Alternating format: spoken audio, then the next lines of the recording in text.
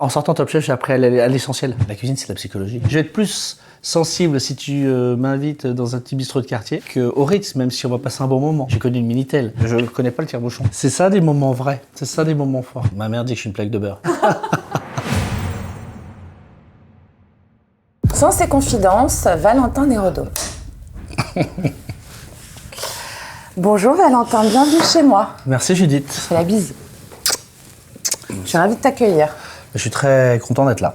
Alors on a commencé un peu la conversation en off et tu m'expliquais que finalement le mieux, le top, parce que je te disais là, on n'avait pas de pain donc on t'a mis des toasts, la table basse et tout, mais tu m'as dit mais en fait pour moi, qui ait l'habitude de la mise en scène en fait. Ah, totalement, avec une cuisine sophistiquée, etc. Ouais. Et c'est ça qui me touche.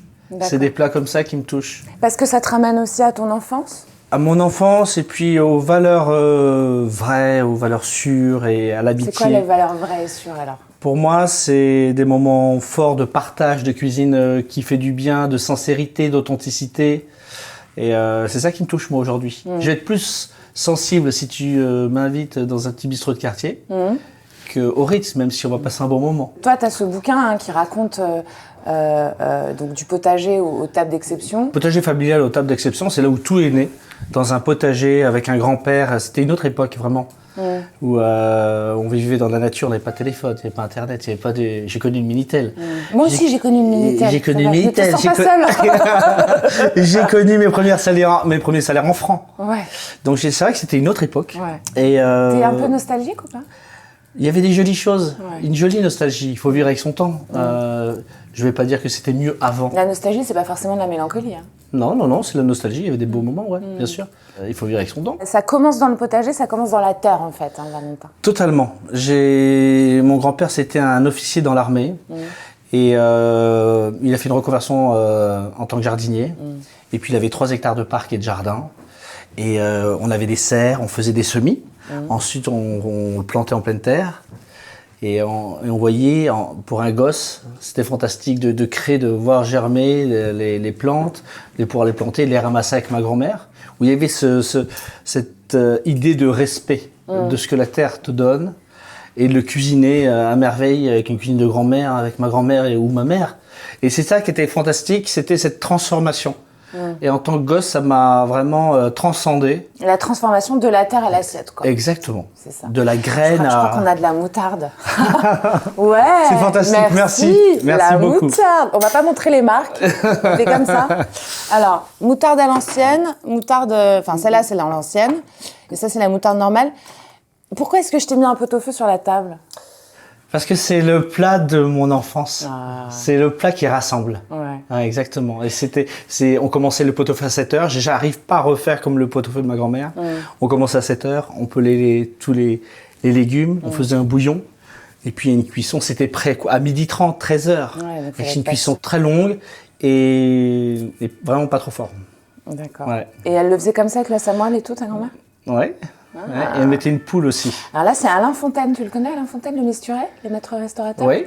Eh ben, il l'a fait pour toi. Waouh. C'est pas mal, hein ? C'est incroyable. Et alors, il y a 2 types de vins sur cette table. Nous avons un Beaujolais blanc. Alors, c'est toujours la même famille, hein, Christophe Savoie. C'est une famille qui se transmet de génération en génération des vignobles. Ouais. Donc là, on est sur la 7e génération, je crois. En effet. Donc, tu as le blanc. Ouais. Je sais que tu as du blanc dans ton frigo. Ouais, j'adore le blanc. Pourquoi ? Parce que c'est un vin minéral, c'est léger, et puis le rouge me fait un peu mal à la tête. D'accord. Ouais. Et je trouve que ça passe partout. Et on m'apprend aujourd'hui dans la cuisine actuelle, quand je fais des dîners d'État, quand je travaille pour des personnalités ou de l'international, souvent les grandes maisons de luxe me conditionnent dans le côté féminin minéral. Et donc je m'adapte beaucoup sur des vins légers. C'est des demandes qu'en général... Toujours dans l'international, c'est une clientèle internationale américaine, européenne, en tant que pour tout ce qui est diplomatique, international, Chine. La Chine, ils sont férus de tous les produits qu'on a ici qu'ils n'ont pas là-bas. Tout, exactement. Ouais. L'Afrique noire et puis Russie. D'accord. Bon, Russie un peu moins en ce moment. Un peu moins, mais les Russes sont en France. Il y en a en France. Exactement. Une grosse clientèle. Alors sinon, tu as le chirouble. Alors le chirouble, je te l'ai mis quand même, c'est des vieilles vignes. Il a une histoire, puisque c'est un vin qui se passe en fait de génération en génération dans cette famille-là. Ouais. Donc cette famille de Christophe Savoie. Moi, j'ai tendance à dire que ça se marie mieux avec le pot-au-feu. Bah oui, le rouge avec le pot-au-feu, ça c'est sûr. D'accord. Je suis d'accord. Dans ta famille, ils posaient quoi sur table? Du Bordeaux. Parce qu'en Charente-Maritime, il y a juste le vignoble de Bordeaux qui est juste à 50-70 km. D'accord. Et que les Bordelais boivent que du Bordeaux. Alors, qu'est-ce que tu veux faire? Tu veux faire d'abord le blanc, après le rouge? On fait ça. On fait ça? On fait ça. Tu veux... Allez. Tiens, regarde. Hop. Je pense que pour ouvrir, il te faut un petit couteau. Exactement.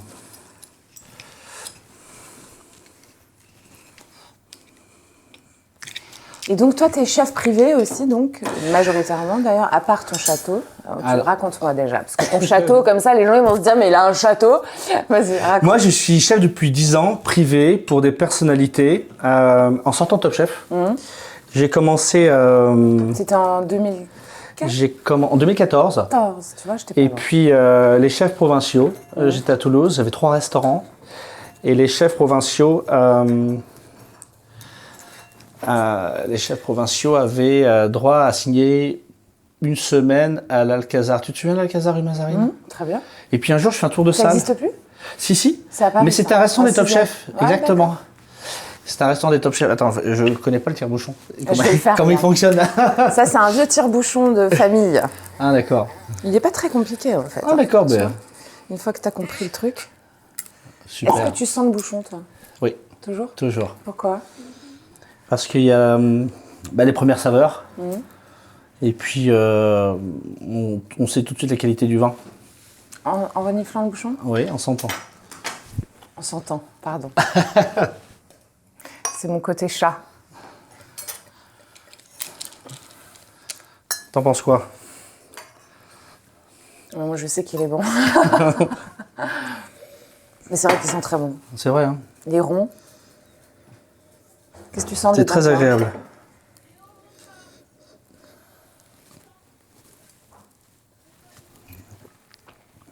Il est très bon.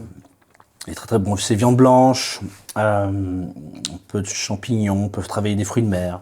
C'est très agréable. Tu les assembles avec autre chose, les fruits de mer, toi? J'aime beaucoup les fruits de mer, j'aime beaucoup tout ce qui est tourteau, crabe, langouste, avec beaucoup de... Il faut que ce soit très léger, il faut que ce soit les agrumes, un peu d'exotique, de fraîcheur de concombre, beaucoup d'herbes, des choses très fraîches. D'accord. Ouais, j'aime bien quand ça apporte un peu de peps. C'est très, très agréable en pièce apéritive ou en patience salée. D'accord. Si tu devais faire un dîner pour moi, tu ferais quoi comme plat? Sans te connaître comme Ouais. ça, je travaillerai une Saint-Jacques. Je travaillerai ensuite un bar. Et si je devais faire Produit de la mer, quoi. Ouais, c'est très efficace. Et puis c'est très codifié. Je me suis fait ma propre analyse de ce qu'il faut servir. Il faut avoir cette sensibilité, cette intelligence émotionnelle. Et ce que je ferais, c'est si je devais faire une viande, je travaillerais un veau rosé. Voilà. Et puis en dessert, un praliné framboise ou un chocolat. Ouais. D'accord. Ça va, t'es pas trop loin de mes goûts. C'est vrai? Ouais. C'est pas trop loin? Non, c'est pas trop loin. Le bar, j'aime beaucoup. J'adore. C'est le bar de Bretagne, ouais. c'est magique. Et tu le mets au four avec pas grand-chose. Et... En sortant Top Chef, j'ai appris à aller à l'essentiel. D'accord. L'essentiel, Less c'est... is more. Ouais, c'est ça. Ouais, aller à l'essentiel. Quand on aime quelqu'un, on lui dit. Quand on a besoin de dire quelque chose, on lui dit. Pourquoi ça t'a appris ça? Parce qu'on n'a qu'une heure. On vit dans un environnement très difficile. J'ai perdu 10 kilos en un mois. Donc, Ah ouais? je peux te Ça a dire duré que- un mois en tout? Et ouais, j'ai fait exactement 48 jours de tournage. D'accord. Et puis, on va à l'essentiel. On a une heure de preuve. Il faut avoir l'idée, la créativité, il y a la fatigue. Et puis, après, il faut aller à l'économa, revenir. On n'a pas le droit de revenir. Et il te reste 40 minutes. Et en 40 minutes, il faut aller très très vite. Donc, il faut aller à l'essentiel. C'est vraiment ce qui m'a servi, Et l'essentiel, c'est le produit, en fait. le produit, la cuisson, l'assaisonnement. Basta. Et je pense que cette cuisine des La années présentation. 2000, 90-2000, où on en faisait des tonnes, les sbroufs, trop d'herbes, de fleurs, de choses qu'on ne mange pas. Aujourd'hui, j'ai plus envie de ça. Mais en même temps, la période, elle donne envie de nourriture réconfortante, j'ai envie de dire. De réconfortante, et je pense que avec le Covid, on a accéléré le process que on veut une cuisine qui rassure, et on veut une cuisine de terroir. On veut une cuisine simple. Moi, quand je veux un gâteau à la vanille, je le veux à la vanille. Je le veux pas l'hibiscus. Quand je veux un gâteau au chocolat, on veut qu'il soit vraiment au chocolat. Moi, je suis un peu tout ou rien. J'ai besoin... Donc tous les trucs que tu entends, les pâtisseries végétales ou les fausses Pâtisserie viandes ou les trucs Alors, comme ça. fausse viande. Végétale, je trouve que c'est très intelligent. Mais il y a des choses sympas. Mais pourquoi faire de la fausse viande quand on ne veut pas manger de viande? Je trouve que c'est du snobisme. Tu sais que snobisme, ça veut dire sans noblesse? Oui, sans nobilis, oui. Ouais. Oui, je sais. Ouais. Alors, est-ce qu'on goûterait pas ce petit os à la moelle, là? Bien sûr. Parce Moi, je que te disais, comme tu me posais la question tout à l'heure, Ouais. ça fait 10 ans que je suis dans l'hyperluxe. Ouais, Et puis, à l'Alcazar, j'ai rencontré le PDG d'Omega. ok. Je t'ai Et, fait un petit truc. c'est vrai Je vais me faire le grand plaisir de te faire une petite tartine. c'est cool. J'ai rencontré le PDG d'Omega et qui a apprécié ma cuisine. Et le lendemain, dans un bureau, il était là avec Georges Clooney. Waouh! Et j'ai pu faire une autre dégustation pour les 45 ans d'Omega Ok. à Houston. Merci beaucoup. Dis-moi si c'est bon, ça. Le pot-au-feu d'Alain Fontaine. Déjà, le samoile, C'est une super tuerie. bon. Hein? Il est bien cuit. Ah, alors on va goûter ça. Et puis, je suis parti pour faire les 45 ans d'Omega dans les locaux d'Apollo 13, Ouais, à Houston, à Sugarland. incroyable. Et je suis resté 3 mois. Et depuis, pour faire l'événement. Et puis ensuite, j'ai travaillé plus de 2 ans à New York et j'ai connu des grands banquiers, des personnalités. Et j'ai découvert ce monde de luxe, où il y a d'autres modèles économiques qu'un restaurant. J'en ai eu 5 à moi. T'as eu 5 restaurants? Ouais, j'étais plus T'en jeune as chef de plus, là? France à 20 ans. Et puis j'en ai eu Chef un. entrepreneur, quoi. Exactement. Et pourquoi t'as arrêté? J'ai toujours, non? Maintenant, j'ai fait une pause. Là, j'en ouvre 2. T'en as J'en ai plus ouvert ça, un le 7 janvier. J'ai vendu tout à un groupe, c'était à Toulouse. Et puis aujourd'hui, j'ai le C'est château étonnant. du Maréchal de Saxe. C'est vraiment une tuerie. Château du Et à Maréchal de toi le Saxe. restaurant là-bas? Ouais, exactement. D'accord. Ouais. Attends, mais finalement, pareil, t'es revenu à l'essentiel, quoi. Exactement. J'ai un potager donc de 3 hectares. Comme que le livre était une prémonition. Donc là, c'est vraiment de l'assiette, enfin du potager à l'assiette, quoi. chez Totalement. toi, c'est pareil. Exactement. Donc tu fais pousser, en fait, toujours de saison, j'imagine. Exactement. Et j'ai 2 jardiniers, 2 maraîchers. Oh, génial. C'est exceptionnel. Alors, est-ce qu'on n'essaierait pas le rouge maintenant? On y va? On y va? Allez, t'as compris comment il marche maintenant? Ouais. C'est un coquin, ce tire-bouchon. Tiens. Ça, c'est un vin générationnel qu'on va goûter là. C'est pas n'importe quoi. Hein. Et toi, tu préfères le rouge ou le blanc? Moi, c'est en fonction de ce que je mange. Le blanc, je trouve que ça a tendance à taper sur la tête quand même. C'est vrai? Ouais. Et moi, c'est l'inverse. Là, tu vois. Le rouge, c'est un vin qui, à mon avis, plus digeste. Et sur de la viande ou sur des plats en sauce comme ça, t'as plus envie Ça de dépend boire. quand c'est des vins trop tanniques ou. Oh, le Bordeaux, je suis pas. Bah, pour moi, c'est trop fort. Toi aussi? Moi, Ça je suis très dépend, en Bourgogne, fait. moi. Oui, moi aussi. Moi aussi, j'aime beaucoup le pinot noir et tout ça, bien sûr. Donc, tu vois, là, je le fais bien. Alors, avec modération, les amis, parce qu'on n'arrête pas de parler d'alcool depuis tout à l'heure, mais quand même, hein. Tout ça n'est que de la dégustation. Alors? C'est une découverte. Une découverte.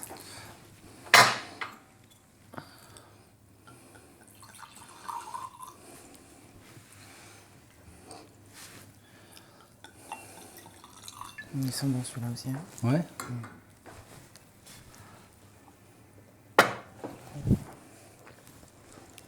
Et ça va bien avec le samoile. Ouais, bah, c'est parfait pour un pot-au-feu, c'est magique. Ouais. Comment tu crées tes plats? En En fait, fonction de quoi? D'un instant pour moi, dans ma structure, il faut 2 saveurs, 3 textures. 2 saveurs, 3 textures. C'est-à-dire que on va faire un dessert simple. On va faire une crème glacée à la vanille, crème glacée vanille et verveine. On va mettre des fraises. Donc il y a 2 saveurs et 3 textures. On va faire une crème montée ultra vanillée ou un coulis de fraises. Tu vois, il y a l'exemple parfait du McFlurry chez McDonald's. Il y a 2 saveurs, 3 textures. Et en fait, c'est quelque chose de fondamental dans la construction d'un plat. D'accord. Et en c'est fait, on pour ne ça se qu'il lasse marche. pas. Bien sûr, c'est un grand succès. Je pense que c'est le modèle parfait. D'accord. Et tu peux me dire, C'est marrant de n'importe donner quel ça comme produit. exemple. Ouais. Mais comme ça on comprend vite. Tu peux me dire n'importe quel produit, je pourrais te l'associer avec une autre saveur et trois textures différentes. D'accord. Donc c'est comme ça qu'on conçoit les plats. Et toi, donc on a compris que ça vient de ton potager, mais tu conçois tes plats, est-ce que tu proposes à ta carte en fonction aussi de quoi? De tes humeurs, de la saisonnalité exacte, de ce qu'il y a dans le potager, de ce que Donc j'ai tu vas envie. faire un tour dans ton potager. Exactement. Ouais. Et comme une chambre froide. Et sur tes producteurs, par exemple, sur la viande et tout ça, on imagine que tu as des fournisseurs. C'est des prods directement? Directement, circuit court. Tous les volailles, je prends tout en Gascogne. Bœuf, Limousin ou Aveyron. Ok. L'agneau, l'Aveyron. Et tout ce C'est qui toujours est... les mêmes personnes? Toujours. Depuis C'est important. Depuis longtemps? Ouais. Ben, j'ai un nouveau concept là que j'ouvre, boulevard Murat, les meilleurs poulets rôtis de Paris. Ah, mais ça va me plaire. C'est magique le poulet rôti. C'est magique, ça passe toujours. C'est magique. Donc je choisis mes volailles, je vais faire des farces où de temps en temps je vais avoir une sauce signature, des tartes de grand-mère. Tu sais, le dimanche, on a besoin de convivialité, on a besoin de ça, tout le monde arrive à la le bourre, poulet du dimanche, le baguette de pain, du bon fromage. Très bien. Et c'est cet esprit-là. Donc c'est un pari et j'ouvre dans 2 mois. D'accord. Bon, on va continuer un petit peu à goûter ce pot-au-feu quand même. Et alors, si tu devais me dire 3 choses essentielles que t'ont transmises ta maman et ta grand-mère. Le produit. C'est le respect du produit. Okay. Non, le produit. Merci beaucoup. Je t'en prie. Le produit, la lenteur des cuissons. Ouais. C'est pour ça que les gens ne cuisinent plus aujourd'hui. C'est que c'est très long. C'est en très fait. long, ouais. Merci beaucoup. La lenteur des cuissons et puis être généreux. Ouais. Pour moi, la cuisine, c'est la générosité. Je t'en prie, certain. Ouais, merci beaucoup. Pour moi, la cuisine, c'est la générosité.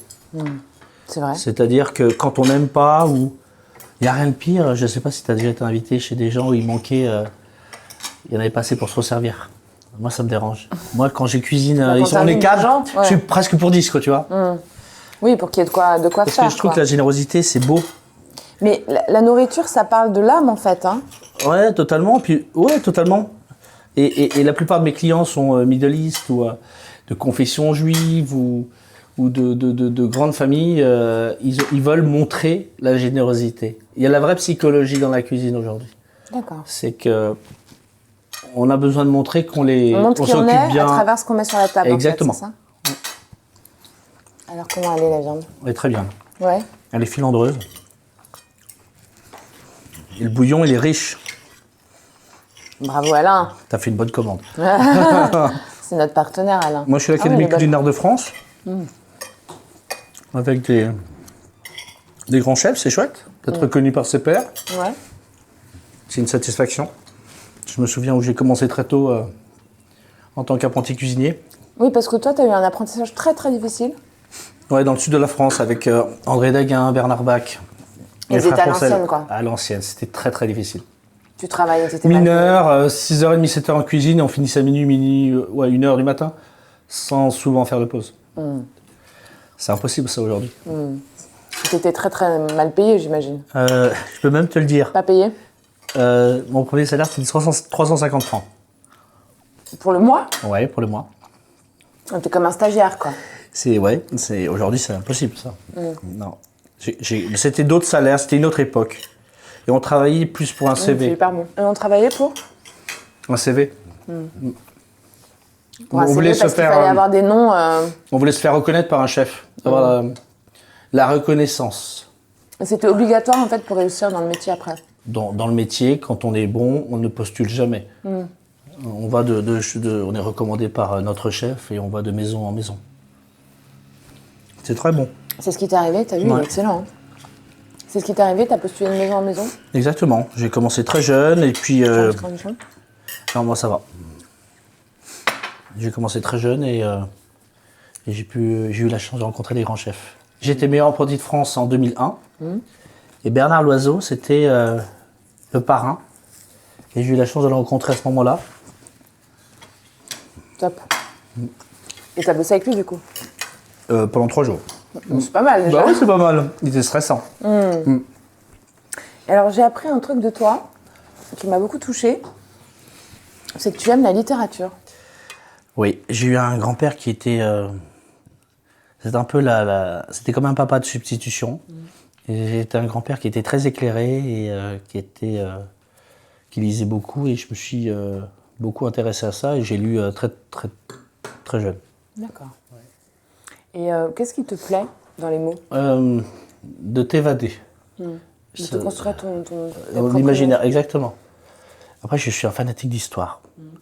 Le secret de ça, c'est que un jour, c'est une anecdote, un jour je suis un potager, je creuse une petite tranchée avec mon grand-père et on trouve un trésor romain. Et là est née l'histoire de... Vous avez trouvé un trésor romain? Ouais, exactement, Incroyable. 900 monnaies. Incroyable. Et en fait, quand tu as 13-14 ans, tu pars dans des fouilles, de l'archéologie, tout ça. Et Adrien, c'est un de mon empereur préféré.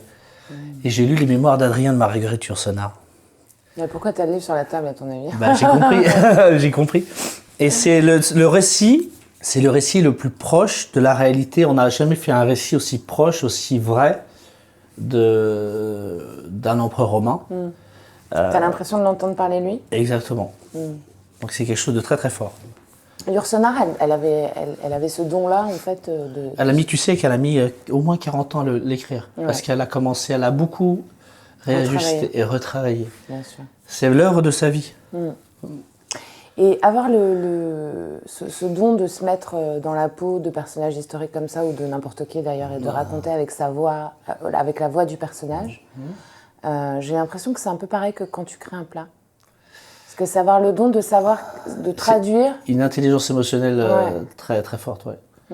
Est-ce que tu crois pas que ça se lit comme ça chez toi, finalement? D'ailleurs, c'est je sais pas, faut que tu viennes manger et goûter mes plats. Bah, ça, c'est sûr. Ça me ferait très, très plaisir. Je vais tu viendras au château? Bah, bien sûr.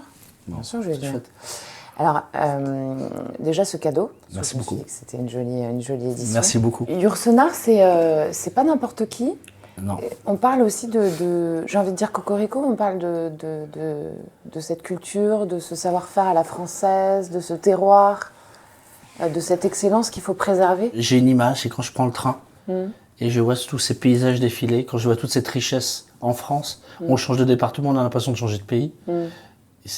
En tant que chef cuisinier, c'est notre rôle de pouvoir faire voyager, de faire vivre nos éleveurs, de faire vivre nos producteurs. Et c'est très important pour moi. J'ai ce sens-là. Ouais. J'imagine que quand on est engagé dans ses valeurs, dans ses sens et dans son authenticité comme tu l'es, bah, ça doit forcément... j'ai pas besoin de goûter pour savoir ce que tu fais, c'est très bon. J'imagine que c'est comme ça que ça se traduit aussi, c'est-à-dire que ça passe par la sincérité. En fait, faut que ça soit vrai, faut que ça soit fort. La cuisine commence, on mange toujours un plat par les yeux. Quand un client met à 10-15 secondes avant de toucher ses couverts, c'est que j'ai réussi le pari. Et c'est ça qui m'amuse, c'est ça qui m'anime. Quand je vois un regard d'un client qui est satisfait, plus que ça, c'est que j'ai fait le job.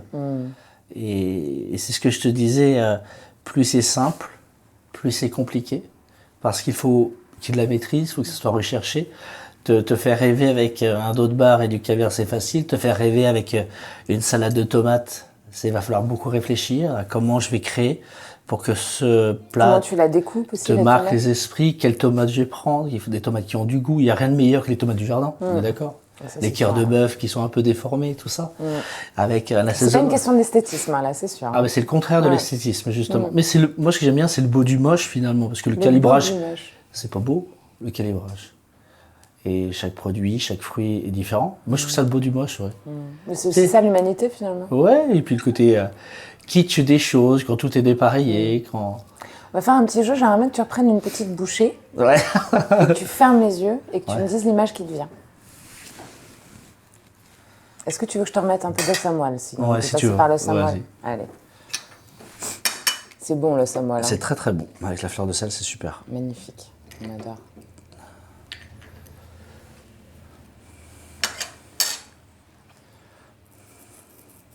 Merci beaucoup.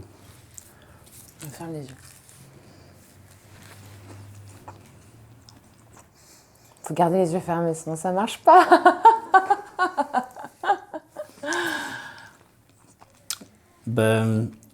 Ce moment qu'on partage, ça me rappelle des bons moments en famille. vraiment des moments forts. C'est des moments de convivialité. Quoi. Ouais, ça me manque, ouais. Ça te manque? Avec mes proches qui sont plus là. Ah, il te manque beaucoup? Ouais. Qui, par exemple? Mon papa. Tu l'as perdu il y a longtemps? Il y a pas très longtemps, 1 an et demi. D'accord, ouais, donc en plus c'est tout frais. Ouais, c'est ça. C'est ça des moments vrais. C'est ça des moments forts.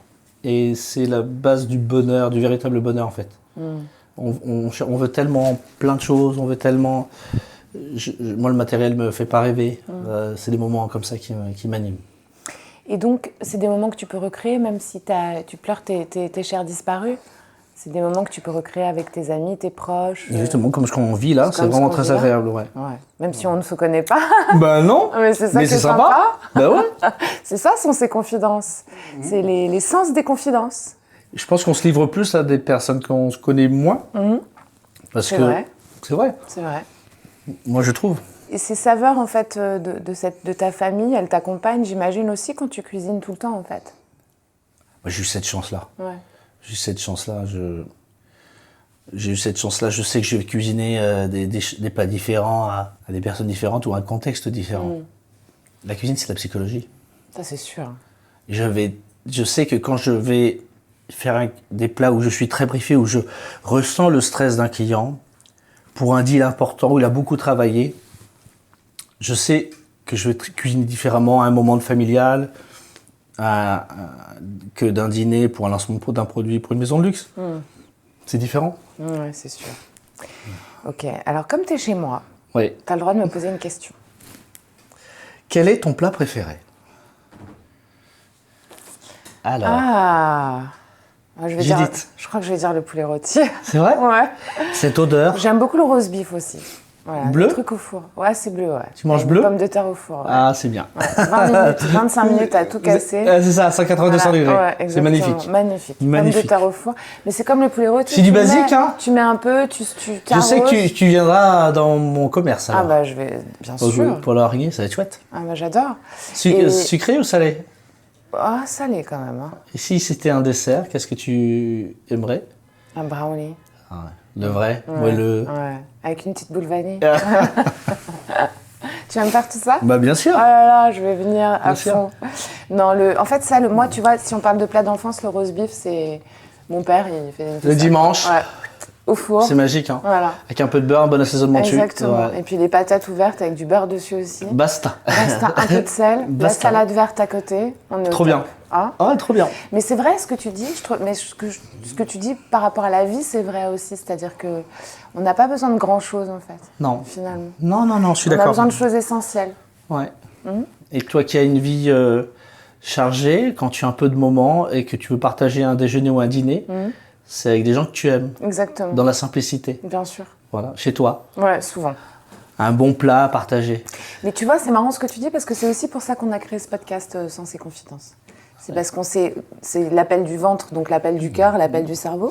Et puis cette convivialité et cette volonté aussi de présenter les gens différemment. C'est-à-dire qu'est-ce qu'ils sont au cœur en fait. Tu vois, et là, tu penses quoi? Que de quitter toi? Ouais. Je t'aurais pas invité si je pensais pas du bien de toi.